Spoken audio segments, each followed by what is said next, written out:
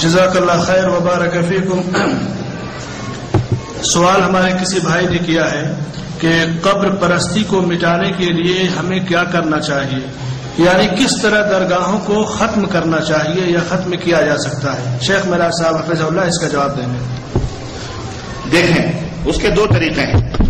ایک طریقہ تو یہ ہے کہ اللہ عز و جل نے آپ کو حکومت اور سلطنت عطا فرمائی ہے، یا اللہ عز و جل نے آپ کو پاور عطا فرمایا ہے، تو ہتھوڑا لیجئے، حضرت ابراہیم کی سنت ادا کر دیجیے، ہے نا، ایک کنارے سے توڑ تاڑ کے برابر کیجیے اور جو آئے اس کو بھی توڑیے بیچ میں.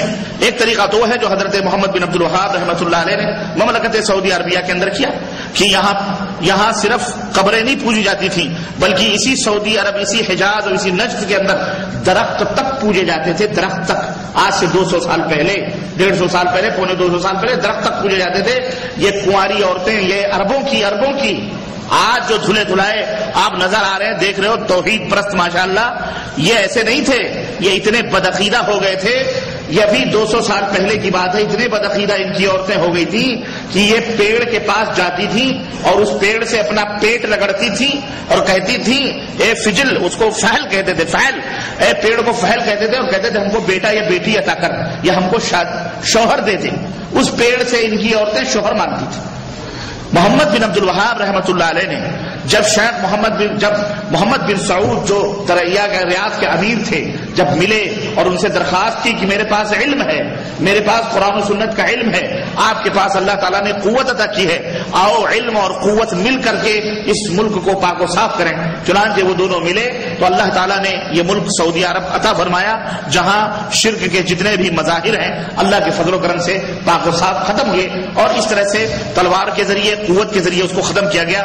اس پیڑ کو کاٹنے کے لیے، یا اسی طرح سے ایک پہاڑی تھی زید بن خطاب کے نام سے، اس پہاڑی کی بھی پوجا ہوتی تھی، اس کو مٹانے کے لیے شیخ نے اپنے خاص مریدوں سے کہا کہ اس کو مٹاؤ، تو کوئی ہمت نہیں کر پا رہا تھا کہ جا کر کے اس پیڑ کو کاٹے.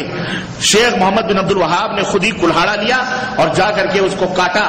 پورا شہر تماشا دیکھ رہا ہے کہ ابھی بجلی گری اس کے اوپر، ابھی گری، ابھی گری، ابھی یہ گیا کام سے. لیکن اللہ رب العزت کے فضل و کرم سے، جس کو اللہ رکھے اسے کون چکھے، اللہ تبارک و تعالیٰ کے مرضی کے مطابق یہ کام ہو رہا تھا. چنانچہ پیڑ کاٹ کر ٹکڑے ٹکڑے کر دیا، انہوں نے ختم کر دیا، وہ نشانی مٹا دی، اور ان کا بال بھی بیکا نہیں ہوا. تو ایک تو یہ کہ یہ جتنے بھی مزارات اور قبر اور درگاہیں ہیں، اللہ رب العزت طاقت و قوت عطا فرمائے تو ان کو توڑو، تمہارا ایک بال بھی کوئی